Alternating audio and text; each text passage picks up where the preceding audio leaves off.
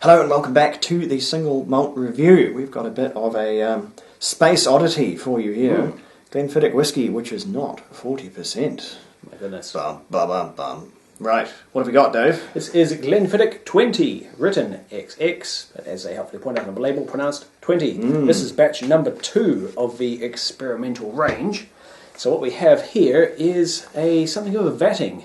According to the spiel, Glenfiddich invited in 20 whisky experts from 16 countries, let them run wild in Glenfiddich warehouse and each pick out their favourite barrel. Those 20 barrels then had their contents combined to create this. And how much validity you give to that story, I think you could fairly suggest that sounds like tremendous fun. I hope we're invited next time for number 3. Chances are not astronomically high, but you never know. It also sounds like a really bad way of making whiskey.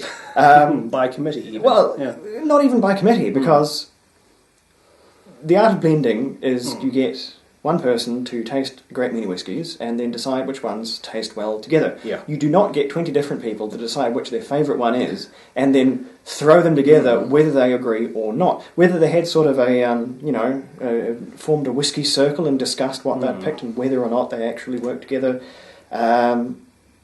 before they blended it, I don't know, potentially. Also, 20 barrels of whiskey does not give you a tremendous quantity of whiskey that you'd want for a big international run of this. So, and I may be completely wrong, this may be horribly libelous, can't get me, I'm not in Britain, too bad.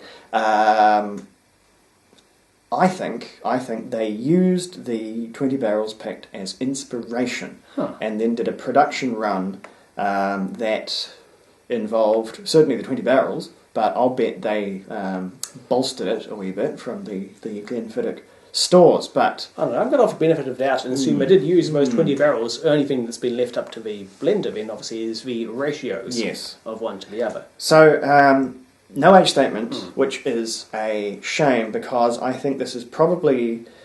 Most of this is older than you'd normally see Glenfiddich whiskey. Yeah. Someone really unpopular probably decided to pick an 8-year-old cask or something that was their favourite and ruin the whole exercise. So they couldn't put a high age statement on it. Yeah, so they've gone with no age statement. So do with that what you will. I think this is pretty neat because, as I said in the intro, Glenfiddich just damn near impossible to find without going into the price troposphere. Very, very difficult to find, unfiltered and above 40% ABV. It's just really almost impossible. You have to you have to pay so much money and get something so exclusive to get into that category that it's almost not worth thinking about. This, conspicuously affordable. Not even sure why it's so affordable. I do like the relative degree of mystery here. We don't know roughly how old each cask was or what type of cask even. And then the little details like that, there's so much, and even since it's been artificially coloured, we can't and that's glean much from it. Bugger as well. They didn't, I don't know why they, I know why they coloured this. They thought it would sell better if it looked darker, which means this probably came out as a lighter whiskey than you'd normally maybe expect. A whiskey is certainly lighter than this one because this has been coloured. It's not mega, mega dark, so assuming it had any colour to begin with, we'll assume the coloration is pretty mild in this. Maybe just to make it look like, I guess, other Glenfiddichs. And I was doing so well. Glenfiddich whiskies on the shelves. Who knows? But unless this was kind of pale as water, they've really only adjusted it by a very, very small amount. So hopefully we're not seeing anything terrifically far from the truth. So, on the nose. That is rich with some certain subtleties. I'm getting a lot of rich, dark bush honey. It's pretty rich, and it is pretty dark, and it is pretty typical of sherried wood, which is one of two things. It is, one, not what Glenfiddich is typically bottled from, at least not what we generally drink, which is the 12 years old. The whiskey sort of the brand Leviathan there. Once you get up to 15 and 18, there's a bit more sherry in there, but it's still mostly bourbon whiskey. What happens, and this is the 2 of 2, when you let people loose in a whiskey warehouse, they will seek out the most interesting and quirky whiskies, which will almost without a doubt be sherry wood. They won't be the bourbon because that'll taste like everything else. It's Are very there any homogeneous. particular types of cask that are noticeably absent from Glenfiddich's lineup? Anything that you'd expect to see but you just don't? I don't know what Glenfiddich use. They'll use a bit of everything, like everybody, because they don't do... Glenfiddich are not in the practice of doing one-offs, like say a Benriach or a Glendronach or someone a bit more living in the now would. Glenfiddich, more or less, they make their lineup and they don't do a lot of exploratory stuff. Still the occasional, peated cask, right? Or They occasional do things like the make- IPA cask finishes and... Yeah, well, the IPA cask finish is kind of sister to this whiskey. They were run kind of in tandem, and that one, also I should say, this is version 2. Batch 2. They have either redone the exercise or they have recreated the result. Yeah. I don't know. Maybe which. reformulated at different Not sure. ratios Not of sure. casks. But yes, back to the nose. Very, very sherry influenced, and it's still weird to me to be nosing such sherry influenced Glenfiddich because it's not completely alien. You can definitely still smells like Glenfiddich, which is a pretty not the most detectable whiskey, but it's there once you know it. It's got kind of a homogenised Glenfiddich aroma though. Like if you were to bottle essence of Glenfiddich, it doesn't pigeonhole itself to any particular strength or age statement, or there's nothing to really distinguish it from into one particular end of the Glenfiddich spectrum, which I suppose you expect being a combination of 20 different and casks. it's more or less it's sweeter than typical Glenfiddich, which is normally a very sort of light-bodied, refreshing whiskey. This is a bit deeper, darker. There's some fruits in here. There's quite a lot of oakiness, which is again unusual, and there's there's a bit of char in here. There's no peat to speak Possibly of, indicative of some very young casks, perhaps. there is some good char here. Well, maybe not young, but heavily charred. Okay. Heavily sort of fired, maybe even re-fired casks going on here. So on the palate,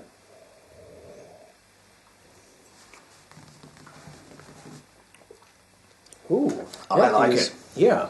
It's pretty full on.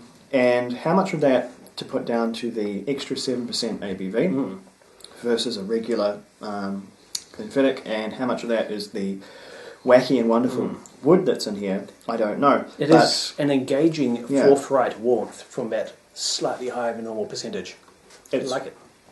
Punchy on the alcohol, and it's quite a dynamic palate. It's a palate that changes. Initially it's quite sweet. It's got, I'm sure it mentions candy floss somewhere on this packaging. The version 1, which I was able to taste. Yeah, tasting notes were given. Okay, warm summer fruit aromas, sweet candy floss and licorice notes. Then a suggestion to experiment with a flake of sea salt on the side to heighten the taste. We may give that a go later. We'll see how we fare. So, there's all of those up front, but then the finish is actually quite bitter.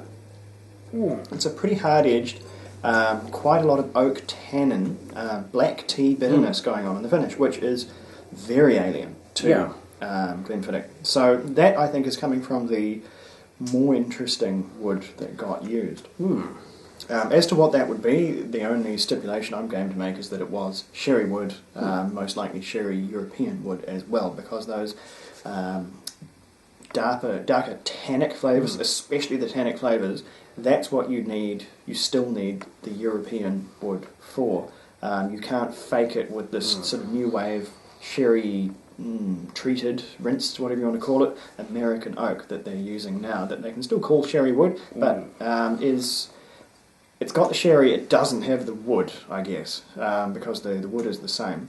We could do a whole episode on this new age of almost called it fake sherry wood. It's now in circulation, but it's American sherry oak that's kind of built to spec and is very, very different. But anyway, that's another story. We may get onto that once we have a better typecase for it. If I was being pressed to speculate, I would guess there possibly are some extra charred casks involved here, and I think, just going on a limb here, I think there's at least one rum cask has contributed whiskey into here. Well, that's not a bad thought, because Glenfiddich and their sister distillery, the other Grants distillery being the Balvenie, which we have tasted in the past in miniature form, They both have rum matured Yeah. or rum finished expressions. I think it's the 21 or 22-year-old Glenfiddich is a rum cask, and the something The Caribbean cask. the Caribbean cask, yeah, And there's something from else. Baldini. So Yeah. yeah, Glenfiddich,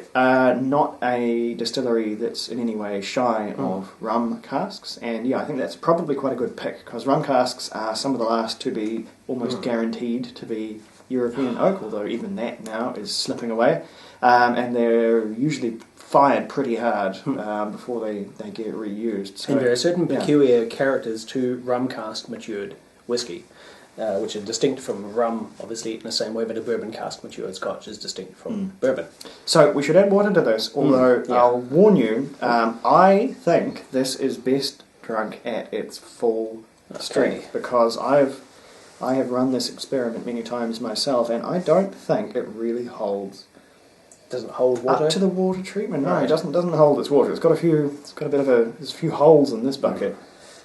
I think that really it really inflames the bitterness and it begins to impact the rest of the flavour. See what you think. Well, given my predilection usually for a sweeter whiskey, I'd be interested to try one that is particularly bitter. I want to challenge my taste buds. It's weird because it makes the start of the palate even sweeter, but then it makes the back end even more bitter. I see Yeah, exactly it's a what you weird mean. thing. Yeah, it's like a particularly sharp marmalade. There's nice sweet fruit juices up front, and then the most bitter, pithy rind at the end. The bitter tannins coming in at the back. That's actually Yeah, really like good. a bit of a analogy. chew on an old tea bag after taking a sip of very sweet tea. So yeah, it both sweetens and hardens Yeah. the whiskey at the same time, which is a really interesting effect. There is definitely some funny casks in here. I've heard through the grapevine, the barley field, whatever, that there is at least one PX cask in here, which can give you a lot of tannin. They can give you a lot of potential sweetness, but also a lot of that darker tannin. A lovely raisiny heft, though, which I always enjoy. And we are getting a pretty distinct cloud in here as well, so they weren't fibbing about the lack of chill filtration. So it's an interesting whiskey. It's not a whiskey I think that is going to be for everybody. No. Funny enough, I think it's a whiskey that is least for people who really like their Glenfiddich because in many ways it's quite atypical of a lot of the things that Glenfiddich is. It's very full on, it's very sherry influenced. It does have these sort of more challenging bittersweet qualities to it, and it's pretty concentrated. It's pretty deep, dark, heavy sort of a spirit, not like the light, easygoing, versatile, good with ice, good without, good any time of day breakfast whiskey that Glenfiddich tends to make. This is a bit more cerebral, and it needs to be approached a bit more cerebrally to get everything out of it. So yeah, it's in my solo look at Glenfiddich 12, I think my bottom line was that it's a perfectly competent whiskey. It's just not a whiskey for me. It's not a whiskey for whiskey geeks. This is the Glenfarclas. Oh, Christ, I did it again. I'm sorry, Glenfarclas and Glenfiddich and all the Glens. The Glen syndrome is getting on top of me. Glenfiddich. And I think it's, given the price, which is, as I say, oddly, suspiciously low. I don't know if it's either not selling well and they had to bump it down from the first release or what, but this will run you probably about as much as Glen to deliver it. Branching out now. So early in the day too. Run you about as much as the 15 or the Distiller's Select or whatever they call it. So it's not. You're getting a lot more as well because I think that one is 46, so close, but you're getting an extra percent there and lack of chill filtration, which is usually a plus. And I think some far more, in terms of expense to make, far more valuable barrels going in here as well. So yeah, I think it's pretty good stuff. It'll be a curly one to score though, because even I'm having trouble being of one mind about it because before it's we go into that, such shall kind we of a thing. Indulge the label? Oh yeah. Flakes of salt. So this is neither flaked nor sea salt. This is powdered rock salt. So suck it. Yeah. Glenfiddich. Flake of this onto the side, lightly salt the rim there. Oh dear. I'm just going to salt the tongue. Save time. Let's see what it does. Alright, so now that we're good and salty. I'm going to write that nope. No, that can go away. Why? It's just slightly briny whiskey, and it doesn't improve anything. I can't quite see what they're going for either. We weren't using flaked sea salt. Yeah, I'm sure maybe it was the flake. It's the flakiness that does it. Who knows? We were using watered whiskey, so possibly some magical transformation happens. Who knows? We'll consign that one to the bin, I think. But regardless, scores for this one. Yeah. I really like this. I like it quite a lot because it is so different and so comparatively daring for what Glenfiddich normally sort of kicks out, which is some of the safest whiskey you can buy, which you don't have to fault them for. That's how what the stones of which their empire is built is safe whiskey, and it's enjoyed by a great many people, just not really me. But yeah, this kind of is. This is curly. It's interesting. It's challenging. It provokes my brain as well as my taste buds, and it's enjoyable above all that. So I think this is pretty good. 87 from me. What do you think? I admire what they're going for here. The idea of combining individually selected casks and just doing something quite novel. It's a good twist on the process, I think. However, the end whiskey, it's a bit of a hodgepodge. It's a bit homogenized, amalgamated all those different casks together and produced something with very few standout qualities. You can get impressions, nuances of this or that, a few characteristics, but nothing which stands out in stark relief against the background, either the base spirit itself or against other Glenfiddichs generally. It's putting me in mind of the old no age statement, basically sort of blended malt Glenfiddich, which obviously we've looked at occasionally, but we've mentioned a Glenfiddich with no age statement on it. Basically that kind of thing. It's lacking a distinct identity, really. So maybe lacking a centre in this case? Yeah, it's a bit unfocused. It's a bit jumbled together, stirred up with a big old spoon, and combined into something which you can't pick individual ingredients out of. It's like a whiskey smoothie. There are no nuggets of uniqueness in it anymore. Well, it's not wanting for quality. It's drinkable. It's got some interesting things going on there. It's an 83 for me. It could have been better. It could have been more itself. It's not unique enough. Yeah, I think what you describe is kind of probably what you get when you make a whiskey in this method. For sure. You with such a nebulous method of this, get 20 people to pick 20 casks, yada yada, chuck them together, you're going to end up with something intrinsically nebulous and random. It's like making a whiskey with a procedural generation algorithm rather than blending it together with one particular sort of artistic, creative direction. Which is odd, but it's far from a sort of a taste disaster. It certainly has its own kind of theme to it. It's just got a bit of a wobble in it, really, I suppose. So that'll take some people in it, and it won't take others. But I think it's, especially because it's so weirdly affordable, it's a worthwhile one to have a look at, just to see a side of Glenfiddich, which is otherwise almost impossible to see without going into the price labyrinth of Glenfiddich one-offs and other aged single cask stuff which they do make, but boy oh boy, we're talking whiskey auction prices for those. So anyway, as I fear we are going along on this one, we will move straight along to the next one and have a crack at something else. So I hope that was of some worth to the viewer. This has been Single Malt Review. Slanger. We'll be right back. Have the last smidge and we'll be right back.